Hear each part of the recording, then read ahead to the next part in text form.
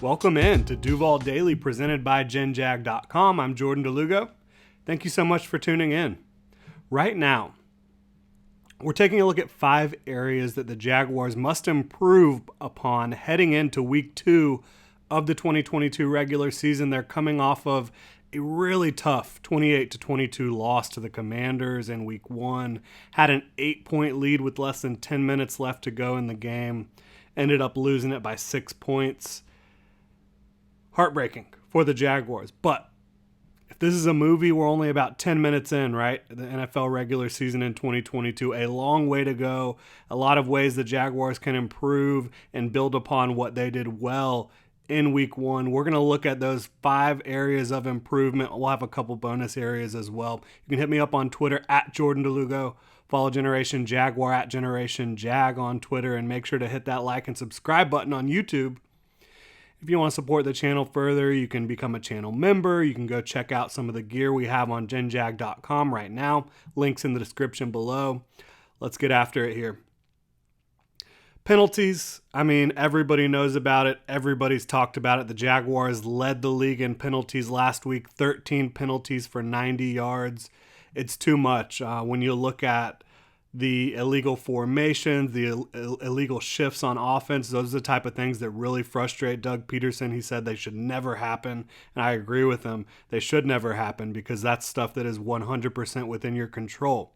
Now, penalties that happen throughout plays, as in little holding calls here or there, penalties like roughing the passer where it's bang, bang. You want to do your best to eliminate those, but those are things that you will accept more than pre-snap stuff. Jumping off sides, you can't do it. You just can't do it. You're going to kill your team, and this is a team, the Jaguars. I do think they have enough talent to win games in the NFL. I think they have the coaching to win games in the NFL, but they are not talented or experienced enough to overcome 13 penalties for 90 yards on a weekly basis. Not enough experience from the players in this system, and then just in the NFL in general. This is still the 4th youngest team in the NFL. And they're not going to be able to overcome 13 penalties for 90 yards a week. It's just not going to happen. Looking at pass pro, they were 27th according to PFF in pass pro grade, and the tape totally agrees with that. It was ugly. From center to left tackle, it was really bad. You had Luke Fortner giving up 4 pressures, Ben Barch giving up 5, Cam Robinson giving up 4. It was way too much. 20 total pressures by the Commanders defense, 10 quarterback hits. They're getting their quarterback killed back there. He was getting rocked. Of course, they didn't call any roughing the passer penalties as they maybe could have, but that's neither here nor there. Trevor was getting rocked back there far too often by that Washington defensive front. And now, again, we've talked about it here. That is one of the most talented defensive fronts, even without Chase Young. When you have Montez Sweat coming off the edge and you have Daron Payne and Jonathan Allen in the middle, that's tough to deal with. That's probably the best interior pass rush that you're going to face when you're just talking about those 2 interior players and Montez Sweat and Jonathan Allen. It doesn't magically get easier. You still got DeForest Buckner coming up this week on the interior. But you're going to have to improve your pass pro. Cam Robinson and Ben Barch particularly really struggled with some of the handoffs on these stunts that they were running on the defensive right side, the offensive left side with Allen and Payne, with Allen and Sweat. They've got to improve their chemistry there. They've got to improve their overall technique. And this was a learning experience, right? First game in this Doug Peterson offense, in this Press Taylor offense. I'm not going to bury these guys. You do not want to overreact to anything that happens in week 1, right? I'm not saying that this is going to be an undisciplined team. I'm not saying that they're going to be a horrific team when it comes to pass protection. I'm just saying these are things that they've got to improve upon exiting week 1, entering week 2. Defensively, the pass rush was not effective enough. Carson Wentz dropped back 45 times. He did not see enough pressure in his face. He did not get hit enough. I think It was a little bit vanilla up front. Sure, you had some interesting alignments with your down linemen and your outside linebackers, but not a lot of blitzes when Carson Wentz dropped back. I had them at 14 blitzes, 5 or more pass rushers when Wentz dropped back 45 times. So I think you need to see a little more pressure, maybe a little more sim pressure, where you have a guy or two at the line of scrimmage and maybe one blitz, maybe one drops back.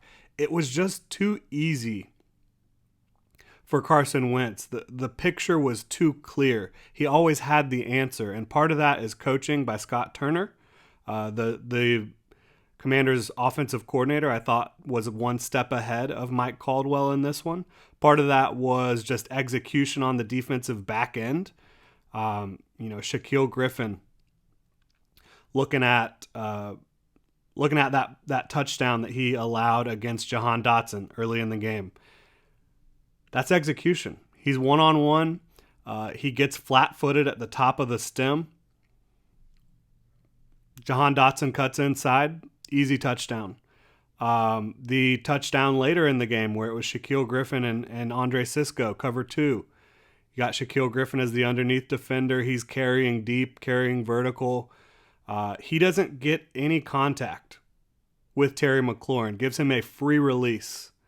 And, of course, McLaurin, being the route runner and speedster that he is, gets behind Griffin. And then Sisco, his eyes are late. He's late to react to what's happening and what he's seeing.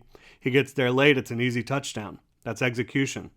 The Antonio Gibson little corner route that or dig that he had early in the game.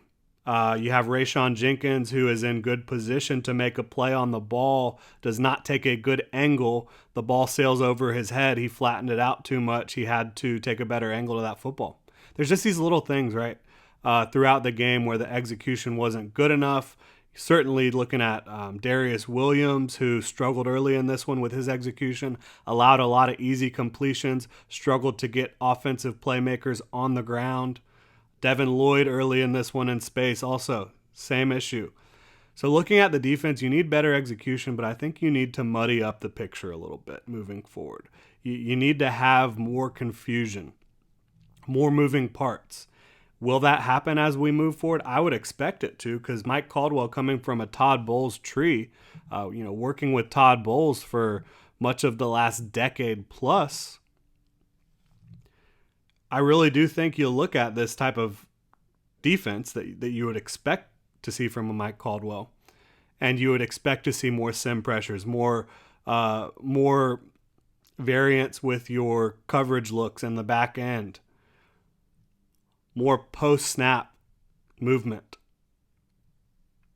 It was pretty vanilla, and Carson Wentz read it very well as a veteran quarterback. Scott Turner, he seemed to have all the plays dialed up at the right times. First time the Jaguars blitz in this one, what do? The Commanders, you drop a screen. Just let those blitzers come in, throw it right over their head, screen, 20, 30 yards. You're good to go. You got to be more disciplined on defense. You've got to be more varied in the alignments and the calls, and you've got to execute better, bottom line. I know that's a lot to take in, and I'm not burying this defense. The defense did a pretty good job overall. Statistically, they were okay, right? They did a really good job against the run. I think it was really, for me, just a few of these big plays. Late in the game on that last touchdown that Carson Wentz threw to Jahan Dotson, you're sending 7. They read that. They're like, all right, we've got one-on-one on the outside. We're going to go to our guy, and we're going to trust him to come up with the play. Carson Wentz delivered a great ball. Jahan Dotson went and got it. Tyson Campbell was in pretty good position to make a play, didn't get his head around, didn't read Jahan Dotson's hands, wasn't able to make the play at the end of the day. So, yeah, defense has got to improve their execution, the play calling, and just the discipline, eye discipline, understanding their rules back there. And then you've got to improve in these clutch moments, right? We just talked about some of the defensive clutch moments that they did not come up with, but you're up 22-14 in the fourth quarter. You give up 2 touchdowns. Your offense, you have an opportunity after the Commanders take the 28-22 lead. You've got time left on the clock, really close to 2 minutes. I think it was about a minute and a half, minute 50 for the Jaguars to go down and get a score of their own and win the game. They don't get it done. The offensive line did not pass protect. And Trevor Lawrence made a unfortunate decision on that final offensive play, chucking it up there and getting the interception. So the clutch moments, NFL games are decided by clutch moments, defining moments. Those are when you have to step up and be the player that you are. And too many Jaguars players did not do that in this one. Looking at the red zone, 2 of 5 in the red zone, why I'm encouraged about this is there were plays to be had, right, in the red zone. You had the Trevor Lawrence to Zay Jones. Zay Jones on the out route right near the goal line. It's a little far out for Zay Jones, but got both hands on it. Probably should have hauled it in. Both Trevor and Zay can execute better there. You have Trevor Lawrence missing Travis Etienne wide open in the end zone. Then you have Travis Etienne a little bit later on dropping a very catchable pass that probably would have been a touchdown on 4th down. So 2 of 5 in the red zone, it's not good enough, but the play calls were there. The plays were there to be made. The team just didn't make them. So I'm encouraged by the offensive foundation there. And the Jaguars offense, they moved the ball incredibly well. I think they were 6th in the NFL this week in yards per play offensively. So moving the ball was not the issue here. It was putting points on the board when you're in the red zone and also converting on 3rd down. They were 3 of 12 on 3rd down, only 25%. Again, it's these high value moments that the Jaguars kind of just fell apart in, right? You're down 14-3 early in this one, despite moving the ball pretty well on offense. You storm back, you take the 8-point lead, and then you can't finish. Again, week 1 of the NFL season, this is not the end-all, be-all. It was 1 week, about 10 minutes into this movie that is the Jaguars 2022 NFL season. I'm encouraged by a lot of what I saw. I love the run defense. I think there was a lot of quality play up front. I want to see a little bit more variance, a little bit more excitement from the pass defense, a little bit more discipline on the back end, better execution. Looking at the offense, though, really encouraged by the foundation that this offense has built. I do want to see some more tendency breakers, and you don't need to break tendencies in week 1, generally speaking. But I want to see James Robinson and Travis Etienne. They were used almost exclusively. James Robinson was used almost exclusively on the inside stuff. Travis Etienne almost exclusively on the outside stuff. And James is better on the inside. Travis is better on the outside. But you've got to do some tendency breaking plays and run some things that force the defense to respect what you're doing. If Travis Etienne is getting outside carries every time, they're going to know what's coming. Same thing with James Robinson getting the inside carries. You've got to be a little bit more varied here. And it was not an issue at all in week 1. But as the NFL season goes on, as teams get this tape on you, they study the film, you're going to have tendency breakers. I want to see if they're able to do that here in week 2 against the Colts, as the Colts come to Jacksonville trying to win for the first time in Jack since 2014. So yeah, this stuff is not to bury this team. This is not to say that the Jaguars had a horrific week 1 performance, but there are areas they can improve. And again, those areas are penalties, pass pro, pass rush, the discipline on the back end and execution on the back end of the defense, the red zone and 3rd down conversions. They were not good enough. And again, that's those high importance plays where the Commanders really controlled the game. in the clutch moments down the stretch, you've got to be able to step up and make plays for your football team. Otherwise, you're not going to win games. The NFL, all these games are close for the most part. It's come down to a play or two here at the end. You've got to be able to make those plays. The Jaguars didn't. The Commanders did. I am very encouraged, again, by the offensive foundation that has been built, by their ability to move the football. But let's see them put together a more complete game in week 2, see if they can come out with a victory against a division rival in a game where if the Jaguars win this one, they could vault into first place in the division, right? Everyone in the AFC South lost last week. Excuse me. The Jaguars and Titans lost last week. The Colts and Texans tied. There are no wins on the board in the AFC South right now. You go beat the Colts, you'll have an opportunity to take the lead early on in the division. That is going to do it. You can follow me on Twitter at Jordan DeLugo. Follow Generation Jaguar at Generation Jag.